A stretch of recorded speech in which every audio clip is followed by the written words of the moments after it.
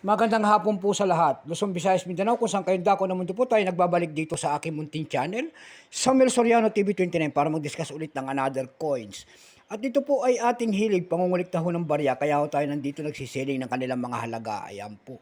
Magandang hapon po sa lahat ng aking mga subscriber, kung saan kayong dako na mundo po. Keep safe po sa lahat and God bless. Noon naman pong hindi pa po nakapag-subscribe at gusto nyo ang ganitong mga topic po about coins, sinisiling natin ang kanilang mga halaga. Ayan. Hihingi sana ako ng pabor at malaking tulong na po ang inyong gagawin tulad ng pagpindot ng ating subscribe button, like and share para ma-update po kayo sa mga latest ko pang gagawin mga video po. Ang pag-usapan po natin ngayon ay word coins. Ayan. Ayan, kung sino pa yung mga ganito mga coins, ayan, willing ho tayong bilhin. Pero maramihan po bultuhan ang ating bili rito at hindi naman po ito kamahalan. Ayan po. Bago tayo magsimula sa ating talakayan, kilalanin mo muna natin siya. Period po, Eastern Caribbean po, States.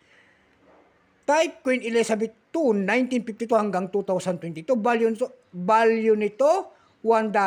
Type, Standard Circulation Coins, years 2012 hanggang 2019. Currency, dollar, 1965 out to date po. Composition po nito ay nickel-plated steel. Namamagnet po yan. May bigat po itong 8.1 grams. May haba pong 26.5 mm. May kapal po naman itong 2.17 mm. Hugis po, bilog.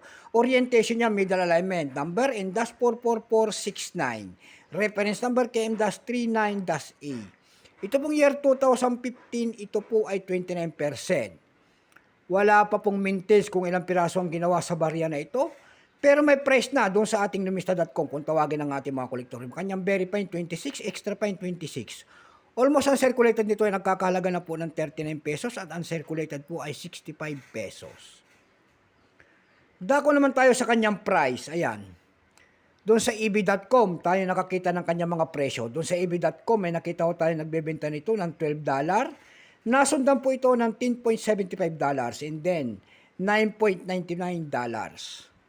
Ayan lamang po ang aking may babaging kanyang presyo. Sagad na. So hanggang dito na lamang po Luzon, Visayas, Mindanao. Kung saan kayong dako ng mundo po, keep safe po sa lahat and God bless.